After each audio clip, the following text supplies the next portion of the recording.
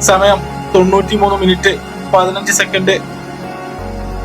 10 പേരുമായി തങ്ങളുടെ പെനാൽറ്റി ബോക്സിന് കാവലിൽ നിൽക്കുന്ന UPR കളിക്കാരെ മറികടക്കാൻ അഗ്യൂറോയുടെ ശ്രമം.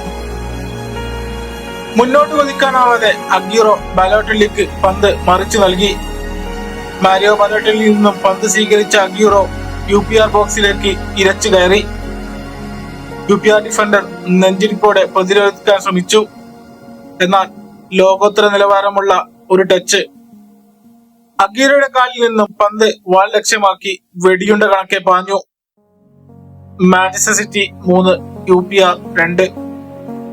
ആ ഗോളിന്റെ ശബ്ദം ഇത്തിഹാദ് സ്റ്റേഡിയത്തിൽ മാത്രമല്ല ലോകമെമ്പാടുള്ള സിറ്റി ആരാധകരുടെ കാതുകളിലും പ്രതിധ്വനിച്ചു. കമാൻഡറായ മാർട്ടിൻ ടൈലർ അലറിക്കറിഞ്ഞ ആ ചരിത്രപരമായ വാക്കുകൾ. അഗ്യൂറോ, സത്യം, നിങ്ങൾ ഇതുപോലെ ഇനി കാണില്ല. അതുകൊണ്ട് ഇത് കണ്ടു മതിയാക്കൂ, ആസ്വദിക്കൂ. ആ ഗോളിന്റെ ആഘാതം ഇത്തിഹാദിനെ പിടിച്ചു കുലുക്കി.